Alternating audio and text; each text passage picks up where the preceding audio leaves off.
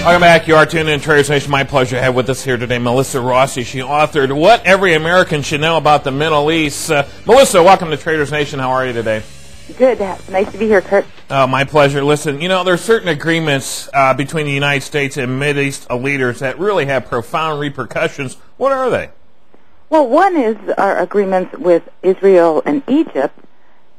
And as a result of the Camp David Agreement of 1979, every year we've been paying both of them billions of dollars to be only in arms. So we're supplying them with billions of dollars of arms, which in the case of Israel, it's up to about $3 billion a year. Yeah. And in the case of Egypt, it's up to about $2 billion. All right. So that's one. But another one that's very interesting is right after World War II, FDR met with Ibn Saud, the king of Saudi Arabia. Okay. And he made an agreement that the U.S. would supply Saudi Arabia with security if Saudi Arabia supplied us with oil. I see. So that's always one of our underlying dynamics as well. Yeah, let me ask you something. First of all, let's just go to Saudi Arabia because, they pretend to be our friends. I don't know if they really are.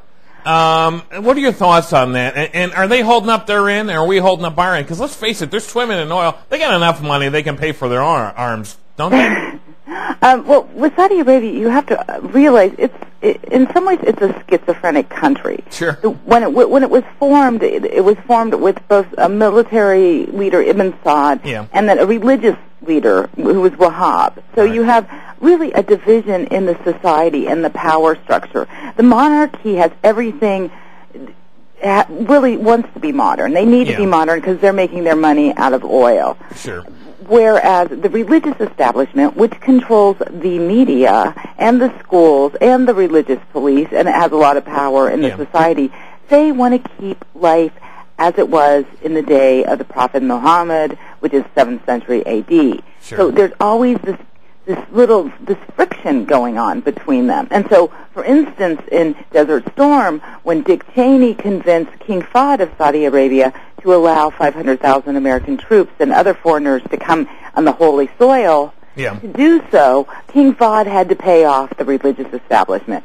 And they used that money to start a lot of religious schools abroad, the madrasas. Would that explain why they're so backwoodsy in some areas? Okay, caveman, really, because of their religion. No offense to their religion, but they really want to keep things as it always has been versus then there's this conflict, this friction that you're talking about, where they are flush in cash, they are flush in riches, and they want to modernize. So is that what we're talking about here? Yeah, so there's this dynamic that goes on all the time, and there have been calls to overthrow the monarchy because they're seen as a modernizing force. Sure. And at points, in fact, in 1979, when so many things were happening in the Middle East, like the Iranian Revolution and Saddam Hussein coming into power, and this peace treaty between Israel and Egypt, that year a bunch of radicals, actually Osama bin Laden was probably involved with this, took over the Grand Mosque in Mecca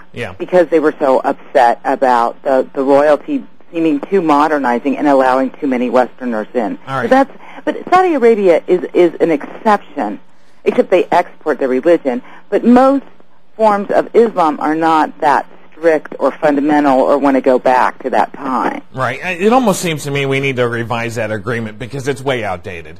Okay. Well, yeah, and then also we're the situation going back to the 1979 agreement with Egypt and Israel that we pay them billions of dollars a year to keep peace. Yeah. And we give them billions in arms to keep peace. There's an irony there. That we might want to look at too. All right, let's talk about that for a minute because listen, Israel is surrounded by nothing but enemies, and is that the way to keep peace, by arming the Israelis? Because let's face it. How do you fight rockets with daisies? You can't, can you? No, you can't. But Israel is incredibly well armed, and they do have nuclear weapons. And this is something that never seems to come into the discussion when everybody's flipping out about Iran. They're definitely on the top of the arms mountain in the entire Middle East. Right, unless Jimmy Carter brings it up, of course. Okay? Yeah, well, he's the one that negotiated that agreement. That's right. He's told us all they got nukes, but they're just not saying how many. All right. So Israel they need to protect themselves. Mm-hmm. Obviously, they are surrounded by enemies and water. So Do we need to revise? Is there anything that we need to do there with the agreement? Do we continue to sell them arms or support their arms? Well, let's put it this way: of the money that the U.S. spends on foreign aid, Israel is the top recipient. Okay. And it is a well-to-do country. And do they need our arms? That they might want to buy them. Maybe I don't know. But I think this is something that, as a result of this, and as a result of the U.S. always supporting Israel in their military moves and in the UN, that whenever Israel does something, whether the U.S. agrees with it or not, it's blamed on the U.S. Always. All right. Now, doesn't it make sense for us to be friends with Israel? Because let's face it, they are our only friends in the Middle East. Others claim to be, but they really aren't. They don't like Americans. They don't like America. Well, let's go back to that concept. I spent seven months traveling around. Right. And number one, most of the Middle East is actually peaceful. So outside of Gaza and outside of Iraq, most of it's peaceful. Of course, there's been some friction and some blow-ups in Lebanon lately. But in general, it's peaceful. Number one, it's beautiful. Number three, the people were really kind. I don't think they hate Americans. Right. I mean, we see this a view on our TV of Osama bin Laden and Al Qaeda and militants screaming at us. Yeah. In fact, most Arabs that I met were incredibly kind, went out of their way. There is an Arab hospitality. So, I mean, I think we need to, I wouldn't be going to the Middle East this week. I mean, I'm sure people, but they distinguish between A, Americans and the government, and B, it wasn't this bad before the Bush administration came in and were pretty aggressive, really quite aggressive in the Middle East. Now, is it the squeakiest wheel gets the most attention is what's going on there? Is you got these radical Islamics that are the ones screaming the most versus the ones that for instance, you say they're the hospitality there. In fact, they probably even look at these others as bringing shame onto their own country, and they're very hospitable. Yeah, there is. I mean, there are. Of course, there's the extremists, and they grab the news. Yeah. So I mean, I think we have to take this into consideration. However, when there's situations like what's happening in Gaza right now, I think because Al Jazeera and Arab TV is showing it from the Gaza point of view because they're there. Yeah. So this is inflaming a lot of people. I think it's sort of it's a very worrisome situation because I think even when a ceasefire is agreed upon, that there's going to be there's going to be backlash. Sure. All right. Now, how did the U.S. transform the Persian Gulf into an armed fortress? Isn't it in our best interest once again to have a presence over there and have a secure presence?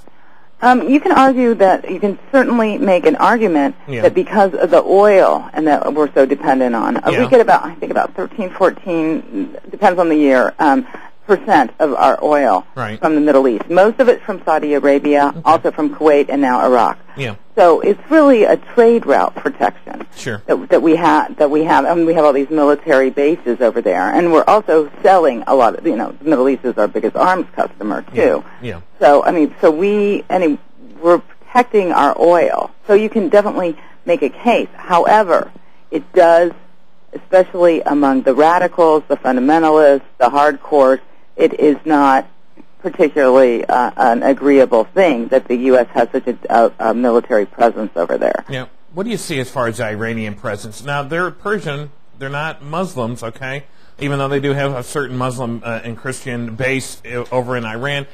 Quickly, because we're almost out of time, how do you see them? Iran's Shia. They're not Sunni, and they're Persian. I think that in some ways they've had a threatening stance, but in some ways they've been portrayed by, especially the American and Israeli press, as two horns and a tail. They've been very threatening to Israel, particularly. Yeah. I think that there are some more moderates there. Hatami, who's the former president, he came to the United States and made a gesture to make peace, and we sort of blew him off. All right, we're out of time. Where can we find the book at today, Melissa? Thank you. Yeah, where can we find the book today? Where can you find the book? You can find it at bookstores. You can find it at Amazon.com, Pals.com, Barnes & Nobles. It's what every American should know about the Middle East. All right, Melissa Rossi, once again, what every American should know about the Middle East. Appreciate your time today, Melissa. Thank you. You're more than welcome.